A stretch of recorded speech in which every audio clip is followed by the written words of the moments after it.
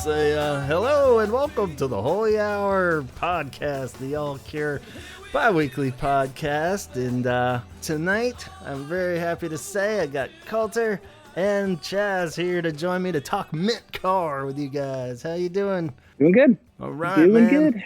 Cool deal. Thanks for joining us too, Chaz. You doing all right?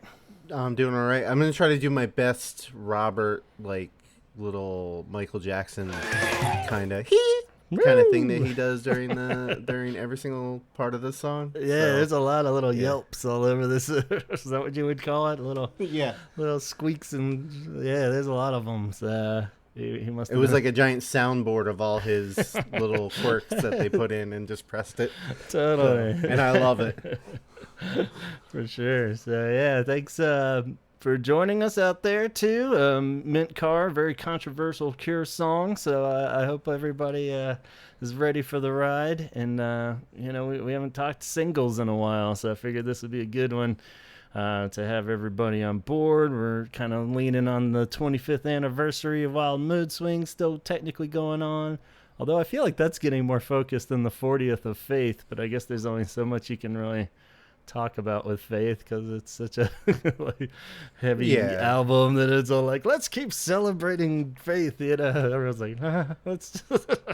And Faith has also been reissued a billion times. Yeah, and Wild Mood Swings. This is the first time. So. Yeah, we're getting any kind of rehashed love and refocus and reminiscing of Wild Mood Swings. So but first off, thanks to you guys for making it work since we are stretching time zones and technically recording this over Labor Day weekend and all. So I really appreciate you guys being flexible as always. So thanks, man. No problem.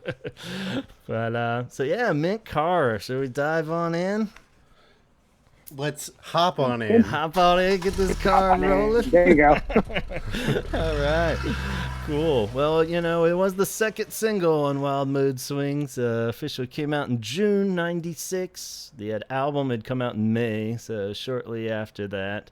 I figured instead of, usually we kind of tack these things on at the end, but we'll flip it this time. And we did throw out, asking for any listener thoughts on Instagram. And we got a couple that kind of covered it and summed it up too, so I thought I'd read them to you guys to kick it off here. So as I said, this is a song that's pretty, split among Cure fans, I think is one way to put it, where people either love it, they're cool with it, or just absolutely hate it. It seems like a lot of extreme emotions, though. So let's see. First off, we got Road Glorp Chris out there. Said, I started wearing loud, oversized sports jerseys after this video and still keep a few on call when I'm feeling minty. so this... If I recall, don't blame Robert Smith for that. You gotta blame Kevin Smith for that. Yeah, don't. Wrong Smith, brother. Yeah. Do you think there's a connection there? Is Robert Smith a Kevin Smith fan at this stage? You think? I think he probably liked the early works. It wouldn't surprise me. One way or the other, it wouldn't surprise me. Yeah. So that's just the classic. You're getting chubby and you want to hide your fat. So just put some layers on there, So. But everybody knows when you go in the swimming pool with the t-shirt on that it just looks worse. So true. Yeah.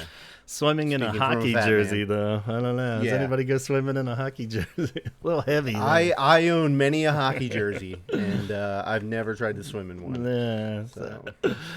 This may have been the first. I was trying to think back to Wild Mood Swings. The first time we saw, aside from maybe press photos that just came, because the 13th video he wasn't wearing any of the hockey jersey, but it would pretty much become the uniform for the whole tour and everything. So this might have been the first glimpse in the Mint Car video, which we'll talk about in more detail later. But and even not much in that. It's just during the bridge where you see him in his full hockey glory, maybe for the first time. So yeah, which is like a really weird. I mean, I guess if you're going on tour around stadiums, it's not, but like you would think it would be a football thing. Like, I don't imagine that Robert's ever seen a hockey game. Yeah, it's a little odd. I feel like he did change it up to like a basketball one or something on a couple, Oh even though, or it my was like a basketball God. team on a hockey jersey kind of thing.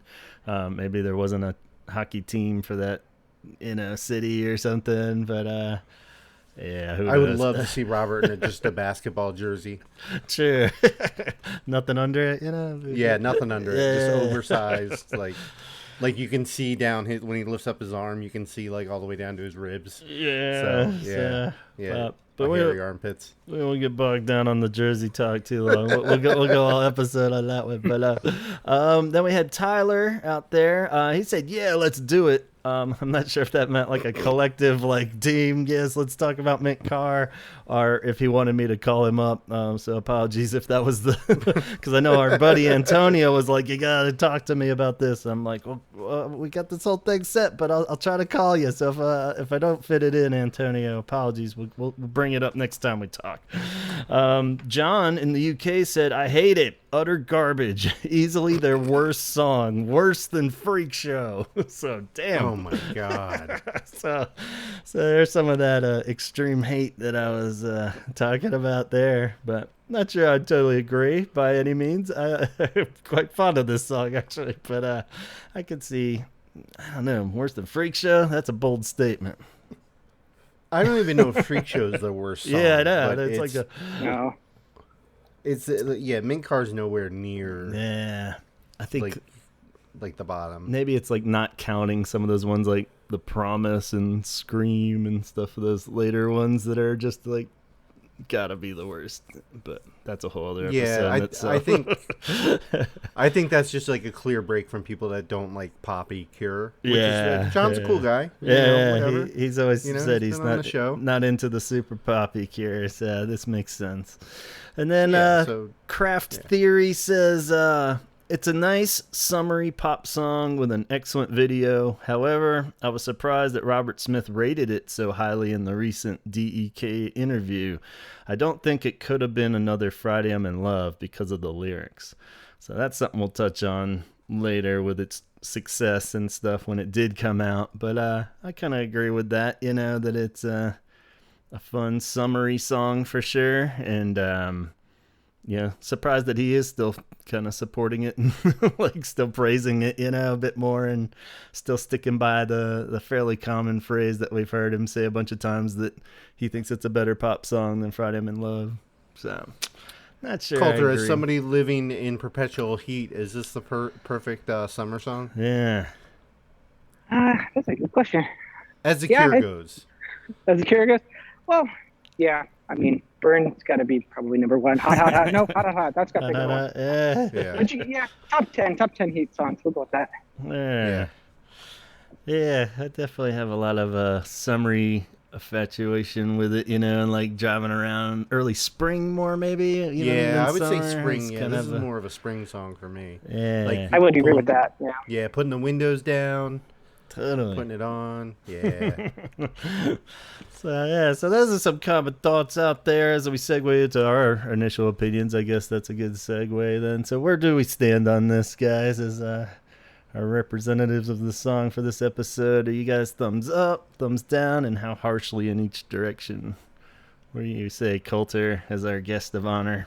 Well, I got into the Cure, I think in 2007. So I wasn't like you guys in the sense where like, you were there when Disintegration came out and then Wish. And this was like, you might have had a certain expectation. This came out. I kind of was all over the place. I had everything at my disposal, but I really liked Wild Mood Swings. I went through different phases, but I liked that the album, I know we're not talking the album as a whole, but I just think it was very diverse. So there might be some stuff you like initially and some stuff you don't. To be honest, when I first got into this album, I pretty much just skipped to the last two tracks because I really liked the acoustic Yeah. laid back feel. But this song, as I started to get into more of the pop stuff, I really liked this song.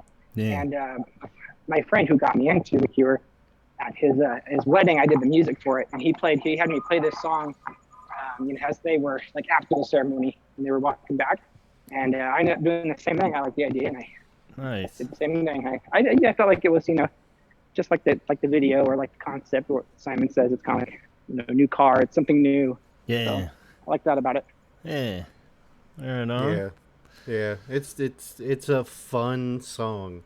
and I don't know. I like it. I like it more than Friday I'm in Love, maybe because it got less play, Yeah. and it has been covered less. But Yeah. I don't know True. who. Yeah, I don't think that 311 is gonna cover this song anytime soon. Yeah. But it's what. Yeah. But having kids, this is like one of the Cure songs that you can like get your kids into the band with, because you're not going to put on let's listen to the Drowning Man and Right. the Bond, so they're not going to be into that. So this is a perfect song along with like Hot Hot Hot, or Why Can't I Be You, and all the other pop magic. So Yeah. yeah, I would. This is one of I can't be in a bad mood listening to this song. Like, I can be in a bad mood and listen to Just Like Heaven, Right. and some of the other songs that have that mix of dark lyrics but poppy music. But this is one that like it gets kind of wakes me up. Yeah. So, yeah. That was kind of an initial thought I jotted down. It bleeds into, I'm pretty much agreeing with both you guys that it's just such a fun song, and it is definitely more disposable in the Cure, scheme of darkness or whatever. It's like, Yeah. it's just a fun song, put it on, have a good time, but like Yeah. that idea that there isn't really any ambiguity in his lyrics, or there's none of that gray. Even Friday I'm in Love, he's like kind of miserable every other day of the week, Yeah. except for Friday. It's like there's all of that. Just like Evan, like you said, sometimes it's the funnest song in the world, but other times you can feel bummed out when you listen to it. And this one, pretty much, do you think this is the purest happy Cure song then? I don't know what. I guess like Maybe I thought, Love Cats. True. Yeah. I don't. With Humans, do you think though? as far as Humans go, I thought like Halo might be a contender, and like Doing that's the pretty Unstuck. doing the Unstuck, yeah. I mean, both those Giggle still, Biscuit. True. It's Giggle Biscuit. I would probably say yeah. Yeah, probably top three or top Yeah, five. because usually I like the ones you mentioned. Yeah. throw a few little weird wrenches in there that you still could take it a few different ways. Even like we said with Love Song, it's like, is he being sarcastic? You could almost, he just sounds a little sad still. I don't know, but like, it's like, I don't know if there's any irony in this at all. I mean, I think he's full on just blissed out Bob on this one. So it's, so maybe that's the reason why people could have a problem with it too. But I was just gonna say that I think people don't like the idea of a happy, like, giggly Robert Smith, or they don't have that in their mind of him, and like this kind of is like, this is, full on Giggle Biscuit. right. So I love it. Yeah. So. Totally. Cool. Well, yeah, maybe before we dive into more just personal opinions and feelings towards little aspects of the song, some of the background on it too, just most of it we've heard a bunch of times, so we'll kind of breeze through it there. But also a lot of it was reassured in the recent DEK magazine, like we said. It was a Simon bass line that kind of brought this in, which makes sense because it's a super rad bass line. So, yeah, hopefully. That's the saddest part of the episode there, guys. This is a Simon bass line. But so yeah, but yeah, it's cool that it is like a fairly straightforward pop song, but that bass line is uniquely Cure and does feel, like that wouldn't be what your average pop band would throw down as a bass line, for a song like this if you recorded it. So pretty interesting. So yeah, I don't know. There's a lot of demos floating around out there too. I have 3. I don't know what's going to come out on this official reissue in 2048 when that comes out or whatever. but the 3 I had, I don't know if you guys have stumbled across these at any point there. They all sound super crappy quality, so I've got just versions from wherever, But the first one I have, it's just like a minute 30. It's like instrumental, no vocals. It's all electric. which will be kind of an ongoing struggle and debate, I think, in the band as they recorded this and mixed it a billion times of whether mostly the rhythm guitar, whether to use an electric or an acoustic. So most of these, it's all electric still. In the early phases, it's choppier. So that's just the first little minute 30 snippet. Then there's one called the First Pass demo. That one pretty much sounds the same, I thought. Again, an electric rhythm. The lead part was different, though. Didn't really have the sliding. It had like a different little riff they were doing, but it still had harmonies and stuff. And then the third one. I have the demo 96 off the Blood Sessions bootleg. Is that one of them? I think that's what it's just called demo version, the one I had, and I think that was in that. Yeah. It's 3 minutes and 29 seconds. Okay, yeah, I think that was this one too. It was just kind of, it sounded more like a more layered version of that first shorter one where it had the electric, but it was choppier. So a little choppier maybe with a different lead part, but it did have vocals that sounded pretty right on, with all the different harmonies and stuff. So they might have kept, just different stuff they're building on and just pulling stuff in and out of, which would make sense while they're recording it. And just hearing everything again about like the recording process of everything with Wild Mood Swings, it sounded like they would just get the drum down or something, and just keep piling shit in and then taking stuff out and pile it back on.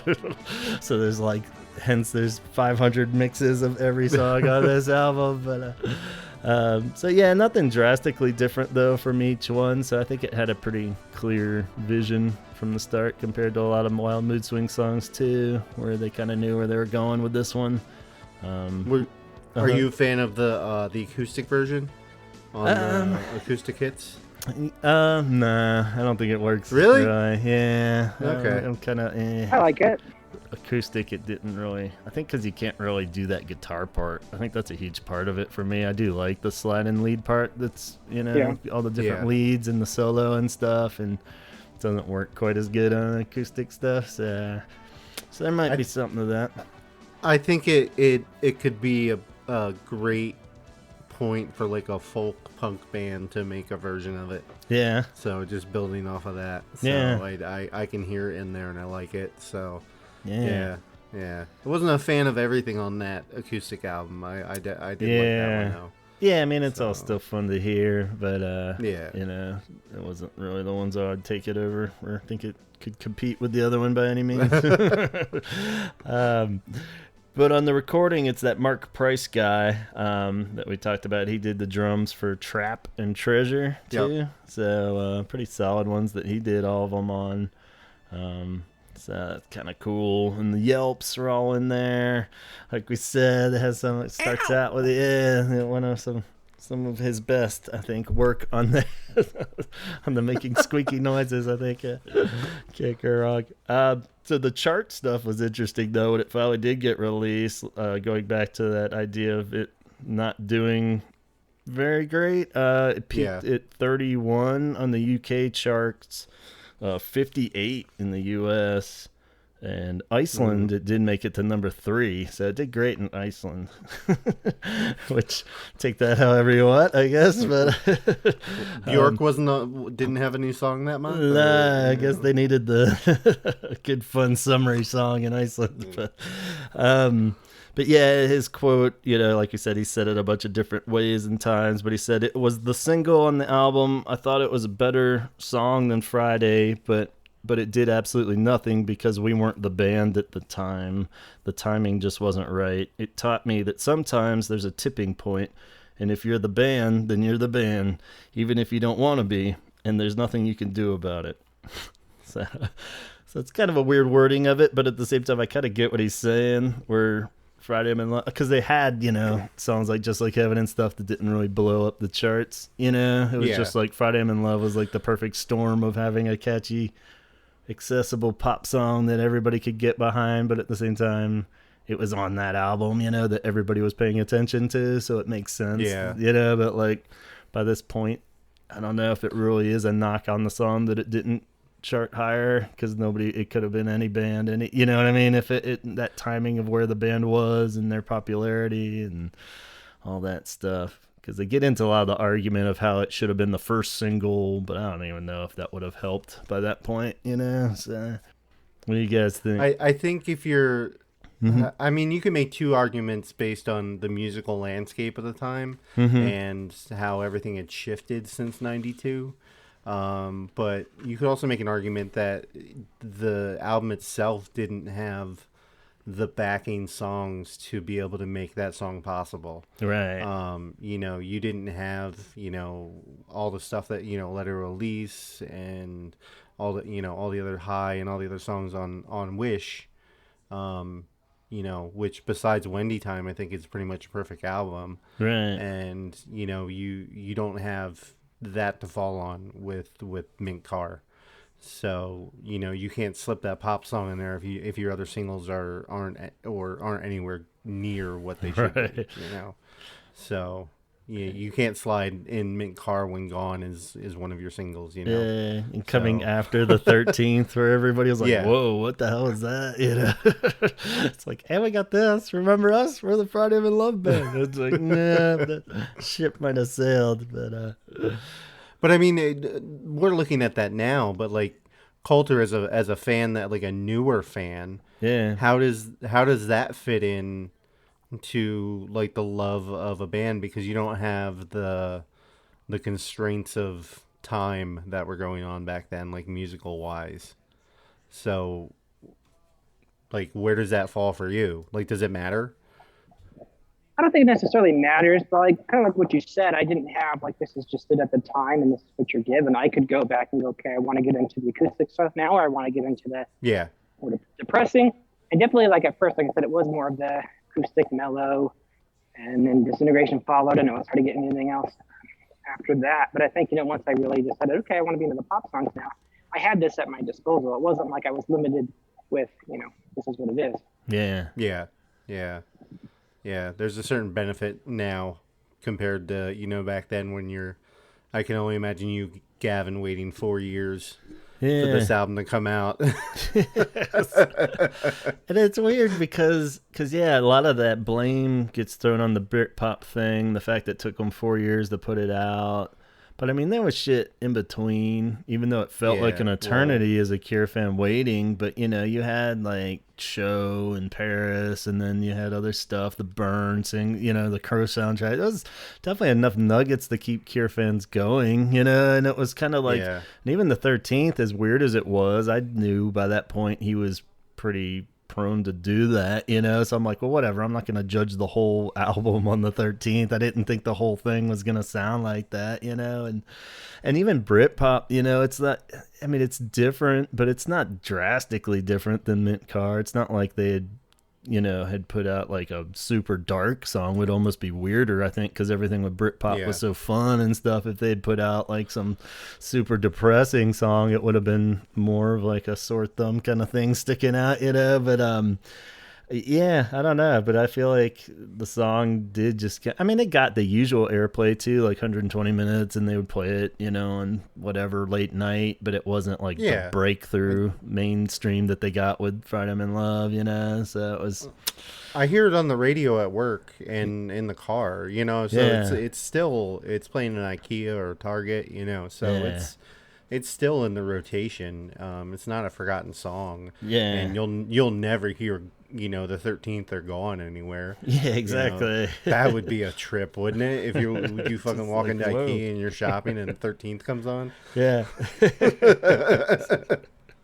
Yeah, because I mean, I kind of feel like too, there's a little bit of that, like they've had such a taste of success and everything with Friday I'm in Love, so they're comparing it to that, but like I said, with Just Like Heaven only made it to 29 on the pop charts. I mean, this wasn't that far off 31, I mean, it's just kind of like he said, I think he did kind of nail it where it just wasn't the timing for that, while it was the success for Lullaby and Love Song and everything was perfect for the timing, but so, I don't know. You can't totally blame Britpop, I think, but it's an easy out that everything had just drastically changed and moved on, but who knows? I think in just like the American music scene, everything had completely gone on its head from the early 90s to 96. And Yeah, more it just grunge, right? Like things started to just shift completely. grunge and punk was pretty much gone. Yeah. Yeah. And boy bands were on the rise, and you had single acts like Britney Spears was coming up, and you had less gangster rap going on and more of Mhm. show bling and party and everything like that, and rather than the gangster stuff that was going on. So it was a completely different world.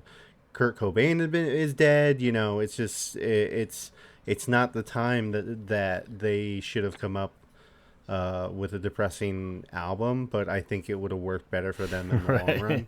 Yeah. So Which is kind of the irony of that too, where the Cure probably Yeah. would have done better if they'd put out like a super, because a lot of that late '90s shit was like over dramatic, super serious, or it's like they probably would have done better putting out like Blood Flowers then, as opposed to that now they're like, no, this is our fun album. Everyone's like, what? So much yellow. And like we had gone over the album, we'd beaten it to death, but like you and I assume Coulter are all fans of that album, through even with all its flaws. Yeah. So I'm a huge fan of the artwork.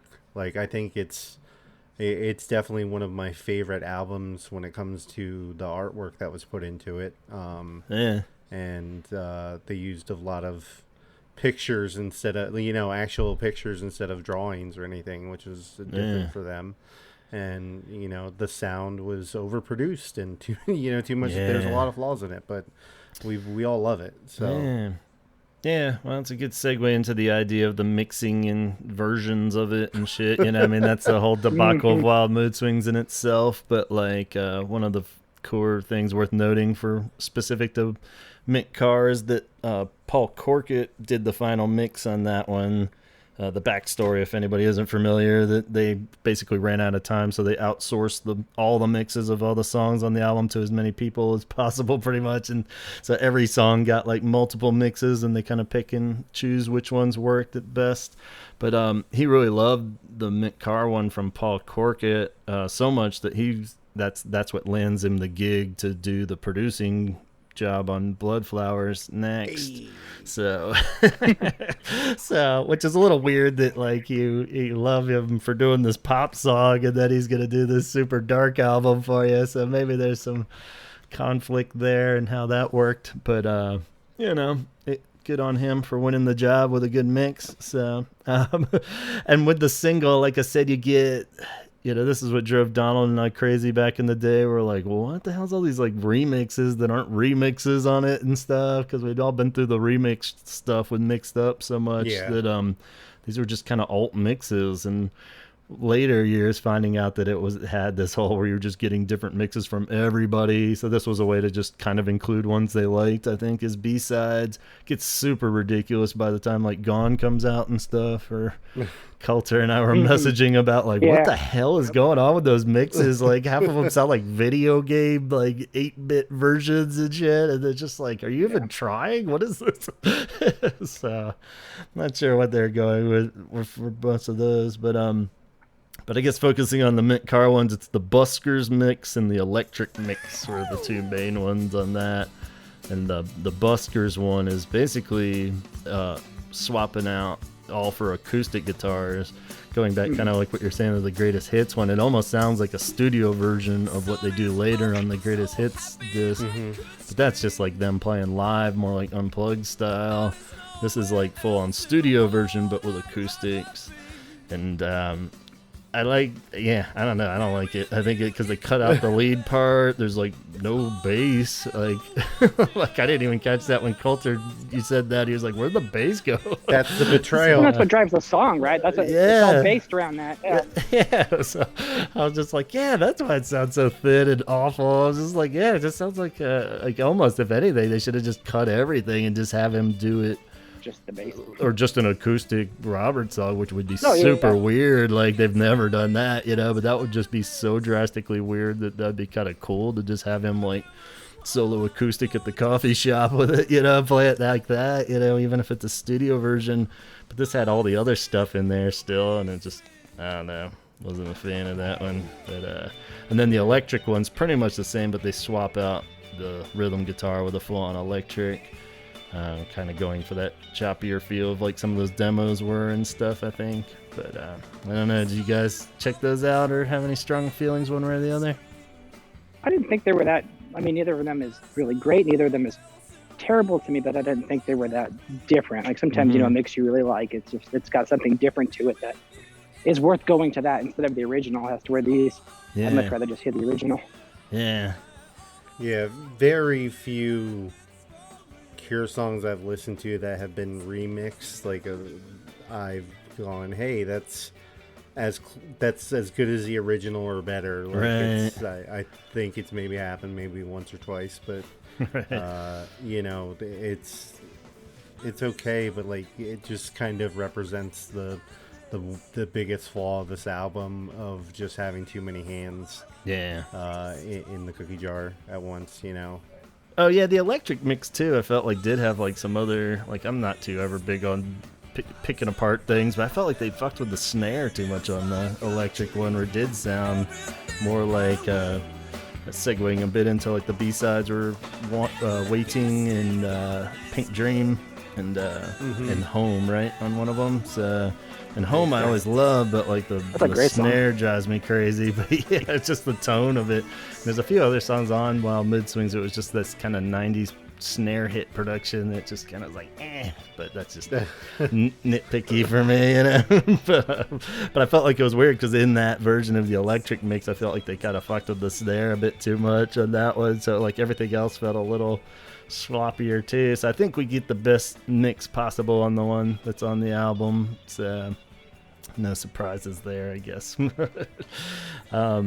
This dude David on a Facebook page, he posted a video I hadn't seen. It was a UK MTV Most Wanted clip, and it was from '95, so it's before, because this was one of 3 that they had actually played at a few festivals and stuff before Wild Mood Swings came out, and this was them playing on his show. It's that VJ guy that he's buddies with, and there's a lot of clips of him on there. I forget the guy's name. Yeah. But so yeah, it was like them doing Mint Car on there before it came out, and it's the only one I've ever seen where Perry's playing the electric, so they were still going with the electric idea, I think, on that. So, and you can kind of totally hear that vibe to it, and it's crazy what a difference that makes, because it just doesn't have like that kind of cool acoustic rhythm guitar behind the lead part that's in electric and everything too. So yeah, it's worth checking out. We'll link to that on the Facebook page, but it's a good one because it has kind of that early like energy too, if you can tell, of a song before it's officially come out too. So it's a really good live version. So did it have a different name? Because I know sometimes when they play a song like before the album comes out, they'll have like a working title. I don't know if they even say what the name of it is. Like in the recording, he just says, "And now the Cure," and they just play it, I think. I'll have to double check that, but yeah, I don't think they called it anything. But pretty weird. Maybe that's a good. I always hated when bands came up on stage and played a new song but didn't say anything about it. Yeah, they didn't say what it was. I was like, what the fuck was that? So yeah, it was kind of like, did they ever announce when they did 2016 and they did It Can Never Be the Same or Step Into the Light? Did they say anything, or they just played it? I think they just played it. He said new song a couple times, or he would make a joke that it's new, but as in hasn't been recorded. I think when I saw him in San Diego, and I'm pretty sure like they just went into it, but me, like on the Facebook groups, people had posted about it, so I kind of knew it was going to happen. But otherwise, people are probably like, I don't know what this is. Yeah. So yeah, I guess based off the car name and everything, going into what the hell they're going for with the title there, I was like, it's always kind of fun to look up what people speculate the meanings and stuff, even though the song's about as straightforward as it gets. You can still always pick apart the song meanings and stuff. But Urban Dictionary actually has a entry for Mint Car. And I was just like, what is like a thing? But it sounds like it's based off of the Where song. do you put what and when? Yeah, exactly. So they said a desirable event that has taken place, a pleasant period of time that seems unreal, based on a Cure song. So they're just kind of coming up with this based off of the Cure song, I guess. It's like, example, I worry that the week I spent with you was a total mint car and means nothing anymore. So like, I don't think anybody's actually just said it as like slang. Have you heard anything Yeah, about that's that? what all the kids say nowadays. Yeah, is Like, it 'cause that was a big thing in mint 95. Yo, that's mint car, bro. Totally. So yeah, I don't think that one took off. Maybe they wanted it to be that way, like the hit. But this is so mint car, dude. But so yeah, I had a friend speculate. He was like, "That's totally about losing your virginity, right?" And I was just like, "Yeah." I was like, "Well, yeah, maybe. I guess if you take like the pervy Bob approach, which is we've proven is a very valid perspective on a lot of his lyrics." So there is something to that, where it could be like a losing your virginity in a like very positive way. I guess it doesn't seem like most people maybe it's just me. Usually people have a more of a negative approach to that magical moment, but I guess this is it's always ended up crying and, yeah, you know. exactly. I guess if everything went right, this is what it would be like. Yeah, I just went to songmeanings.com and I'm trying to read people's awful takes, but yeah. So and I guess having Pink Dream as the B-side, it is kind of a he definitely goes there with it, so maybe Mint Car is about. Didn't we discuss about how like hot and horny he is on this? Yeah, on this album? or just in general. It gets very sensual for Robert sometimes, so I could see how this song could be that way instead of just a more innocent love. But I don't know. I guess it's just that idea of Mint Car, perfect new love. Yeah, it's pretty straightforward. However you want to take it, whether it be sexual or just first stages of a relationship, it's like whatever, but so that's probably I mean, I'm so fizzy I could burst. You wet through and me head first. Feels so big it almost hurts. Yeah. Yeah, it definitely gets all right there, Bob. All right there. You're British. We know. Fizzy. Speaking of which, I had a quiz for you guys. He's actually used the word fizzy in at least 3 songs I could think of. Can you guys name the other 2? Fizzy. Cut here. Cut here. That Yeah. Dizzy, fizzy, dizzy, all those are in there. It's got to be something like on Japanese Whispers or something, right? Close. It's a few hours after this into the fizzy night. So I would not have guessed that ever. Fizzy night? If I look for you, we can go outside into the fizzy night. I always thought it was busy, but it's fizzy night. Wow. Yeah. That's what I thought too. Right. Busy. Yeah. So. Interesting. It's fizzy. Wow. Is that an English thing or something? Is that something? It wouldn't be a word I would think to use as often in songs, but it's that let's get happy kind of thing. Like we don't really get it, I guess in 40 years of songwriting, only using it 3 times isn't really that much. It's not like it's his go-to word. You think he's like, I know I've already used fizzy twice. Yeah, he's like, you're just like, I don't know. This sounds good. Yeah, I'm due for I like fizzy, 3s, so Exactly. I should put it in another song. So.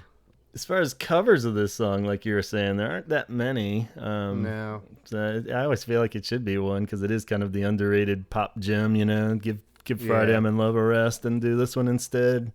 There was that band Wild Minds I found for one of the covers episodes I did. Yeah. And then I went down the rabbit hole and found out the singer had passed away. I was like, oh shit, that's sad, but it was a really good cover. So, that was a good one. Oh, what was their name?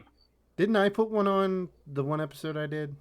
I think so. Yeah, there's a few. The band was called Wild Minds, but Okay. But yeah, maybe you had referenced that one too. That was kind of one of the only studio full band ones I knew of. A lot of people do it just kind of live YouTube recording, or an acoustic thing or something on YouTube. But it should be done more. People should. Yeah, it should. It should be. But I guess as far as live too, it's always fun to look up the stats, and we got messaging about that too, where it was like technically only been played 135 times, which actually is pretty good though for a Wild Mood Swing song. Wild Mood Swing song. Most of those disappear real quick after the swing tour. But that one hasn't been played too much since most recently was actually the show I was at in Charlotte on the 2016 tour where they played all singles that night. It was a very strange show where they they knew the Charlotte, North Carolina crowd just wanted to hear singles. It was like, is that a backhanded comment? What's going on? But they're like, that's where that guy lives who does the podcast. Let's just play singles. Yeah, so I was like, what the fuck, man? But still cool. It's really, I mean, it's pretty cool that, I mean, they played it the most in 96, which is 93 times. Yeah. So, which is understandable, but it kind of fell off the playlist until, let's see, about 2005, and then came up, was only played 7 times in 2016. Yeah. I know I saw it once, and 7 times in 2017. So, you know, for as big as their catalog is, it's not terrible. Yeah, I can say, So, and it definitely from 96. I would say Want, Jupiter Crash, and that are pretty much the top 3 Wild Mood Swings ones. But it's not absurd, I guess. I think it's that lead part as we start to get into the that, you know, it's not a guarantee that he'll be able to nail that solo and stuff. So I think that probably keeps him from playing it a lot, you know. So that was one of the weird, funny things with them on the swing tour, was that apparently there was a bet with Roger and Robert. I believe it was Roger. It makes sense. They had some kind of bet going that he couldn't play the solo without fucking it up. So when you watch pretty much any live performance of them on TV or anything, and he goes into that solo, he starts giggling a bit because there'll be a little flub here or there on the solo, which is a little tricky, especially because it's not really his like kind of style of guitar playing either. You know, it's not the da da da da da da kind of thing, but it has it's a tough solo to pull off for sure. But makes it sound cool. I like that it's always a little sloppy too. You know, so that's funny that he gets like, it gets under his skin while he's playing it. Yeah. Where he just starts to laugh about it. Yeah, he just starts shaking his head and turns around when they're all like on Letterman or whatever, you know. So yeah, apparently there was some kind of bet. I don't know what he had to do at the end of every night because he lost the bet or whatever. I don't think we want to know. Yeah, who knows?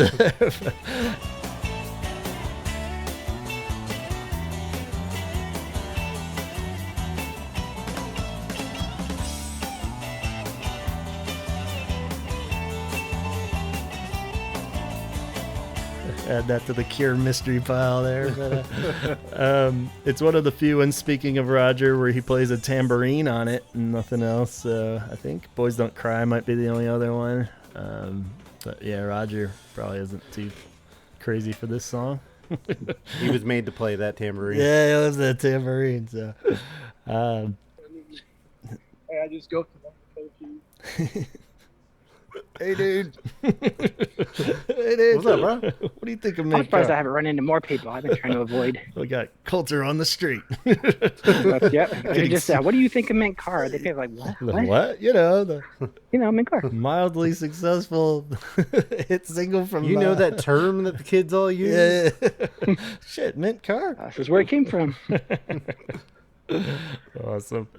The music video, you guys fond of this one? I've heard people be kind of go either way on the video too, but I like it. I think it's a cool video. What do you guys think? Today was the first day I've ever seen it. Really? I think what I initially saw was like a fan-made one or a different version, because I looked it up today and I had never seen it before. And I mean, assuming what I saw was... It was the video that you saw like Super 8 footage, or was it like him and them all in costumes in different eras? And all in costumes. Was there 2 different versions? Yeah, I think there was like something people had pieced together, but the main one was the one where they're all like going throughout history in the costumes and stuff. Yeah, okay. That's the one I just saw today, because before I thought it was one where it was like just footage, and it showed him, you know, they were playing live and he was wearing the hockey jersey, and it was him, and I think there was like an old lady or two, and just super random. Yeah, I think that was something they pieced Oh, together yeah, I at know which another one you're time. talking. The video for Gone was Yeah. kind of like that too, or they might have even I mean, that could be what I'm thinking of. used But some yeah, of the what same I footage. saw the day, I'd never seen. Nah, that makes sense. Yeah, I felt like I'd heard that too and tracked down that video. But yeah, what'd you think of the floating through history one? I think it's a pretty cool non-Tim Pope one. It has like kind of that Tim Pope feel to it without it being an official Tim Pope video. So Well, I don't know how you could not like the video. It's just the band kind of just fucking around. yeah, and playing dress up. You know, how could you not? It's always fun to be able to see the members, like the videos where it's like you can actually see who's in the band. I mean, we don't really see their instruments. When I was first getting into playing like the guitar, also it was fun to see like what they were playing in that era. And sometimes you could see their not just the guitar, but like their pedal board and stuff like that. Yeah. Yeah, but you can see Robert dressed up as like an Egyptian and whatever else. Yeah, And so yeah, I guess it's pretty rad. It goes through all the time periods: Egyptian, then like a 40s kind of thing, I think, and then a beatnik party, which I need to go back and listen to the episode. Chris White from Cure News and Janie are in the video somewhere, though. I'm not sure. I hadn't picked out which ones they were. And he's under the table, so in that scene, which is pretty rad. And then where was the next one? Oh, then the samurai. They bust through some weird samurai scene, and then there's like a British Air Force kind of soldiers on a train. Then we get Hockey Bob for the bridge, which is one of my all-time favorite bridges for some reason in a song. It's a really cool just break in the song when it goes to that "Say it'll always be like this." For some reason, it's super like obvious in a pop song kind of bridge, but it really works great. Yeah, you get a really good close up of Robert. In the video. It zooms in on the Teen Beat shot there, like yeah. And then it ends with like Titanic Bob or whatever's going on, where he's on like the front of the boat. I'm the king of the world. Yeah, which might be the only other time since like Charlotte Sometimes that there's been like other like female actors in a Cure video. I was trying to think. Yeah, you get that stupid question on the Facebook pages like, is this Mary in the car? Yeah, like, no, she's gotta be in there somewhere. It's like, nah, she probably just stayed home that day. Be involved in everything. Jesus Christ. Totally. But yeah, I'm down with the video. I've heard people just think it's too goofy, much like the song. So it's probably like one of those deals where if you're just not down with the song, of course you're not gonna like the video. But so. Yeah. I mean, as far as their videos go, it's probably the most up to that point. Probably the most visually production-wise video. Yeah. Like as far as like all the sets. I mean, you could say Fried 'Em in Love, but it's I think this one's kind of bigger. Yeah. And Definitely. yeah, because you have the videos where they're just standing around playing. Mm-hmm. Like Love Song, where they're in that weird cave. Yeah. And but then you also have stuff like In Between Days with the Dayglow stuff. So, but this one's not going to be as popular. But I love this video. Like, I don't know how you could not like it. Yeah. So. Yeah. If anything, they could have just kind of wrangled the concept a little bit better and have it be more like specific time periods where there was a pattern. It seems a little just like what's with the samurai thing where it jumps back to that, like if it was like, I don't know if it goes like chronological through history or what, but same time, who cares? Like I said, it's just see Robert and playing dress up. It's fun, right? It's kind of like you the would whole think song. So, but some people aren't happy all the time. Yeah, so. exactly. Just relax. I watch Robert play dress up, but that's just me. Yeah, me too. Yeah, sign me up anytime. Put glasses on him and stuff. That's like the best, So, all works out. But so I don't know. On top of that, I guess just going into more like personal attachments or anything. Is there anything that you guys latch onto this song and as far as sentimental attachment or memories you associate with it? Well, like I said earlier, it's when like my friend and I had both played at our wedding, so it's got that symbolism to it. Well, that's cool. Yeah, for sure. Yeah, well, I like what you said too, Chaz, where it was like, well, there's only certain ones you can play with your kids. My wife's kind of the same way. My wife's not a fan of the depressing stuff. This is one you could have on. Yeah. I mean, they might find some complaints with it still, but this is definitely one where you're like, what do you think of this one? And you'd be like, okay, it's all right. It's not as depressing as what you normally have. Yeah, it's a car. It's definitely like it's got a like Gin Blossoms kind of driving around, singing along kind of feel to it. You know, Yeah. where it's one that nobody's gonna complain about when it comes on. So They might not even think it's a Cure. I mean, yeah. I mean, some people, other people might be like, "Oh, that was a good song," and they wouldn't even know it's Cure. Yeah, I think I just associate it most with my kids, and just having fun with them driving around in the car, and that beautiful Strawberry Kiss part. You know, I always do that to them. So, Totally. yeah, I think that's what I love most about the song as I gotten older with it. So. Yeah. That's what I love about Wild Mood Swings was it was kind of like when it came out for me, it was like my first year of college and stuff, and it was like this was the kind of breaking free, like even though I just like commuted to school still, but it was a good driving song and perfect for that, like just kind of associate it with that time period of it, like because the album came out in like that spring and stuff, and then like just having it on constantly that summer and going into the fall when I saw them live for this, and it is just kind of wraps up that whole thing. And I remember like just covering it constantly, like we were playing it, my brother and Donald and I were just like in the basement and stuff, and it was like the first time, even though I was a kid, still like dawned on me how high Robert sings. My brother would be playing the bass part awesome, we're just nailing it, and I was just like, and I'm just like, man. It's just like, it's just not my voice range, it's just like, it's like, damn, he's just all over the place with this one too, so you have to modify it. But yeah, I got a lot of that kind of attachment. It's definitely got a beach ball kind of feel live to it, where the beach balls go up and everybody starts smacking them around like they do during hot, hot, hot. I've seen that a couple times. Yeah. When I've seen them, I don't know how people bring beach balls in or why during for that one song, but whatever. Deflate it in their pocket and then they blow it up for that. You think, or they're just holding it the whole night until that. Quick! It's about to start. Start blowing it up. But it's got a good festival feel to it. So, I don't know. I don't know why people don't like it. So yeah, I guess it is just the attachment of Wild Mood Swings, which everybody seems to have their issues with one way or the other anyway. Especially with their Cure fandom, where they were at when it came out, or their feelings towards everything on it. It just kind of gets lumped in with that.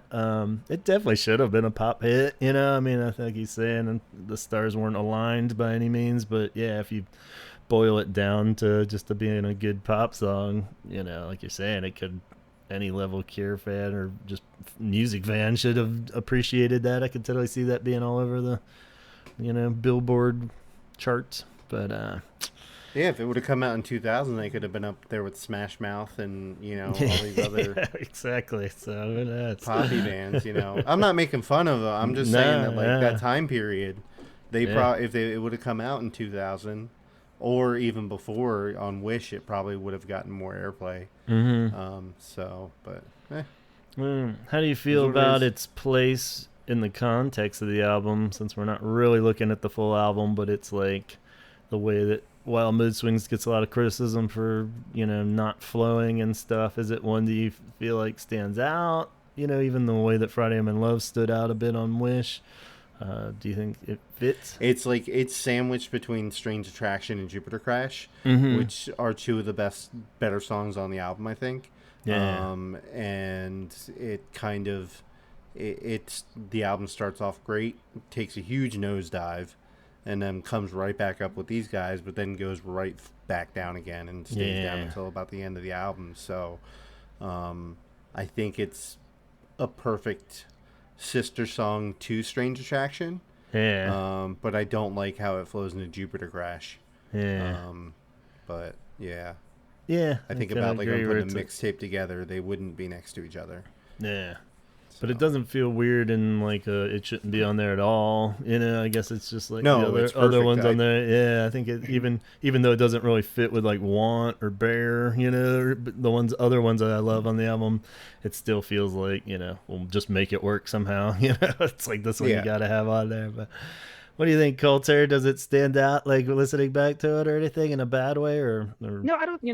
I mean, given some of the other tracks on the album, I don't think it's necessarily like out of place or that it doesn't belong. Yeah. That's kind of how the whole album is. I think Right. there could have been some changes that kind of helped the emotional. I don't know, from piece to piece, they could have done it a little bit differently. But like Chad said, I think going from Strange Attraction first into this one? Yeah. Yeah. Strange Yeah, Attraction I think first and then that's Midtown. good. That's Yeah. totally fine. But then going into Jupiter Crash, it's kind of a 180 of just the opposite direction. But yeah. Yeah, especially when you don't have where the album is, kind of, there's not too many good songs on it. Mhm. And you have three of them bunched together. Yeah. You got to spread that thing. You got to spread that jelly out. True. Put it around the crusts and everything. So, I just there's and it, like we said before, the album ends great, but I think there's some B-sides that could have been switched out. That could have been complemented the song a lot better in the album as a whole. But I would have liked to seen it maybe towards the end, just to break up that monotony and like terrible songs. But I mean, I feel like it might get lost in there. So. Yeah, I remember in the many, like, it's just a joke at this point, the many tracking order redos that people do of Wild Mood Swings.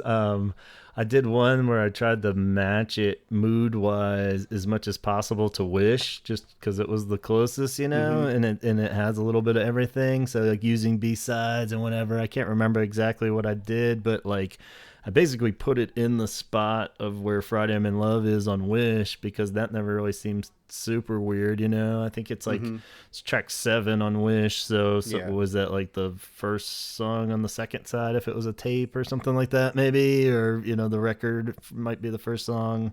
So yeah, I think if it's something like that where it's kind of the break in the middle where it brings it back up, almost should have come after Jupiter Crash, if anything, something like that where it brings it back up or something. But yeah, I'm fine with a pop song, sad song, pop song. I'm fine with that. I'm just I'm just not okay with like pop song and then sad song and then shit afterwards. Just horrible song, then weird jazz song. There's a lot going on that album, but that's a bigger conversation. So that we've had many times. Many times. Nobody's gonna solve that debate, I don't think. I think we can say this about just about all the albums where like there are certain B-sides that definitely should have been on the album, if not all the B-sides that you hear. And you had already mentioned Home, and that's one of my favorite songs, and I think that's one that should have made it. What's the other two? I know Pink Dream. Pink Dream. That was just okay. I wouldn't put that on there, I don't think. And Waiting was the other one. I like Waiting. Cool. Yeah, I think all of them are arguably better than a lot of the songs on, Wild Mood Swings, so I wouldn't have had any problem with swapping in some of those. Are those the only three?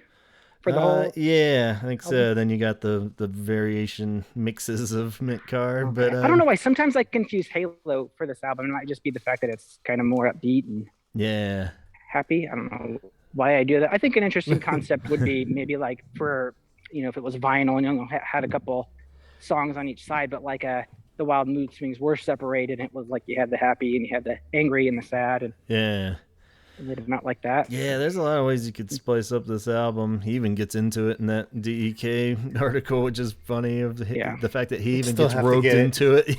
It's just is. Yeah, it's not going to solve the problem. It'll make it look different. It's just like rearranging the problem, but not. Yeah. People aren't going to be like, oh, I like it this way now. He just starts going down that road. Well, you can tell his brain starts wandering. He's like, that would have been cool if I had stuck with the acoustic idea, and then I saved the other songs. Just like, oh God, stop the interview. Stop the interview. Yeah, exactly. We're never going to get the new album. He's just going to go back and redo that. Fuck. For the, what would be the 30th anniversary anyway? So he's got 5 years to work on it now. So. Well, this wasn't the era where this was still where you had 2 years between each album. Now, if it was like that, you would just keep your mouth shut and say whatever you have. Yeah. Just put it out. Yeah. But I definitely agree with, like I said, when I first got into this album, I would go Treasure and Bear, and that's pretty much it. I would go to those last two, and I do like the idea of just having a more acoustic, mellow kind of album. Yeah. Yeah, he gets into that and I kind of agree now. I haven't done the full 2-split mix like he was saying in that article of like, because that was the initial approach, was to do it the acoustic kind of thing with Bear and like Numb, even though I don't like that song, but like that approach with Jupiter Crash and like all the ones that are kind of more acoustic-y. You could probably do like a Ted song thing of that with some of those B-sides even, and then save the wild weird album with like Gone and 13th and shit all for its own like kind of kooky weird album or EP or something would have been great. So but yeah, it's like, that's what I love, is like everybody splits up the album different too, it's like, oh god, you would have put that on there. So I don't know, but yeah, he is in favor of Mint Car still. He seems like he was down with it. Good. So yeah, there's a few he'll still stick up for on this record. So, yeah, I don't know, we're talking this track in specific, and I do think this should have probably been the first track, with maybe Strange Attraction as the second. The 13th was, I don't know. I mean, I like the song, but I was like, if that's what you're putting out as a single for people who have certain expectations for The Cure, I mean, that might have been what turned him off, maybe. Yeah, well, that's what he says in that too, is that the idea of putting it out as the second single, he felt like a lot of people lost or set their expectations a lot lower for Wild Mood Swings, because 13th was a little bit kooky and weird, so they're just kind of like, at that point, and I already had lost a lot of Cure fans or just people in general, after that single, because Steve Lyons in particular, I think, was really lobbying to have this be the first single, which I think probably would have been better, but at the same time, I don't really know if it would have changed that much with the album as a whole, I think. It's hard to tell, and it almost seems like it's trying to cater to the fan base while also trying to cater to new fans, and it doesn't quite reach either. Yeah, exactly. Yeah. Yeah, and going back to what Craft Theory said on Instagram even, and that's kind of my complaint of the song too, is that I think Friday I'm in Love is a little wittier with its lyrics, even though they're a little goofy with just going through the days of the weeks and shit, but like, I feel like the lyrics are a little weak on Mint Car, as much as I love the song, even it is just like, never got this good, wouldn't think it would, I mean, it's just like, what? It's like, I'm sure all three of us, we probably all pretty much have Friday I'm in Love memorized, and this one, and I'm sure we've heard this one a number of times. I don't think any of us could just, I mean, I'll speak for myself. I don't think I could say word for word these lyrics. There are parts, but not the whole thing. I could probably agree. I don't know. There's, like I said before, I think it just has to do with the airplay of Friday I'm in Love and all the covers. Yeah. Compared to this one, that I prefer listening to this one more. But yeah, I don't know. I think I do think it's a better song, but I don't know about making it the first single. Yeah. Either. I still think Want should have been. Totally. Because you don't want to come out blazing. Song. I don't know how long it is though. Is that a longer track? Yeah. That one was a bit like others. They could edit other it singles down. have been long. Yeah. They could edit it and radio edit. Yeah. Pictures of you. And it probably would have been smarter because Want would have like kind of secured like the loyal Cure fans a bit more too. Like, oh yeah, they're still here, and then hit them up with the Poppy gem once you got them back. They were already kind of there. Yeah. But that's kind of being insincere with like, I'm gonna wrangle you in with this one song, even though nothing else on the album sounds like it. Yeah. And the rest of it is like a completely different direction. Because even Wish though, like, they didn't come out blazing with Friday I'm in Love. That was the second single, So it was like, what was the first? High. So it was kind of, right. like, here's a cool, fun single, and then it was like, and we got this after everybody was like hooked. It was like, oh shit. but then they had the ability to put out, Letter to Release after that. Well, that was the third one, right? Yeah. Which should have, in my opinion, should have been a better hit than Friday. It should have been the first single overall, but totally, but I could see that might. But still, they had something to back it up with. There's nothing like there's. I mean, you could put one out and maybe like I don't know what the third single on this album would be, and I know we're rehashing the old episode, but it's like I don't know. Strange Attractions is a good song, but I don't think it's a single. Yeah, even Gone, it's like it's fun and I feel like mixed really well and everything, but it's like that's so fucking weird single choice Yeah. too, It's just like what? Yeah. We all love Treasure, but I don't think that's a single. Yeah. Either, So, So, yeah, it's a yeah. weird Pink Dream. I'm telling you, should have been just one more rewrite of the lyrics, and that would have been a hit. More songs about Robert fucking. Yeah, I think maybe just tone down all the blowjob references, and maybe it would have been a hit. Yeah. Yeah, well, hindsight. So when I first got into him, it was a little bit before 413 Dream came out, and I think the first single from that was I'm forgetting the name. It's the second track on the album. Only one. The only one. Only one, yeah. And hearing Yeah. those lyrics, kind of like, Yeah. am I interpreting this Yeah. correctly? No, Yeah, he, exactly. it's about getting a BJ. It's quite mad. That's the song I had my wife listen to, and she was like, "Yo, he's so dirty," and I'm just like, "Yeah." Like, Saucy yeah, I Bob. didn't start with that album, even though it came out like right when I was getting into it. I'm like, I'm gonna start back here and maybe work my way over here. Yeah. We should look over every lyric of every album to see how many, like, if there's a song about like blowjobs on each album. Yeah. So he I would never secretly does tell. it. I don't know which one of you guys said it, but like Nick Carr, I would never have like thought of it in a like losing your virginity aspect. It's gonna be one of those Super things sexual. like with Donald Yeah, and I know it's gonna. it's the Deep Green Sea, where now it's like, man, that's what it is now. Another song I can't listen to. Oh, you're gonna think of So, Oh man. well, like I said, Yeah. it's a very positive experience at least. So it's not like a prom night gone wrong or anything. I think it seems like everybody's happy and happy with their Until that- decision. And Yeah. Until that clown pops out and Yeah, it just so- ruins the whole experience. exactly, as they tend to do, those Yes. clowns. But cool. Well, I guess we'll start to wind down there, guys. Yeah. I think it made it onto the greatest hits album, whether the Billboard charts agree or not. I think Robert still, confident that it belongs there. I agree. It should be in the top hits. I agree. Yeah. Yeah. There's other songs on an album that shouldn't be on there, but that I think that one should be.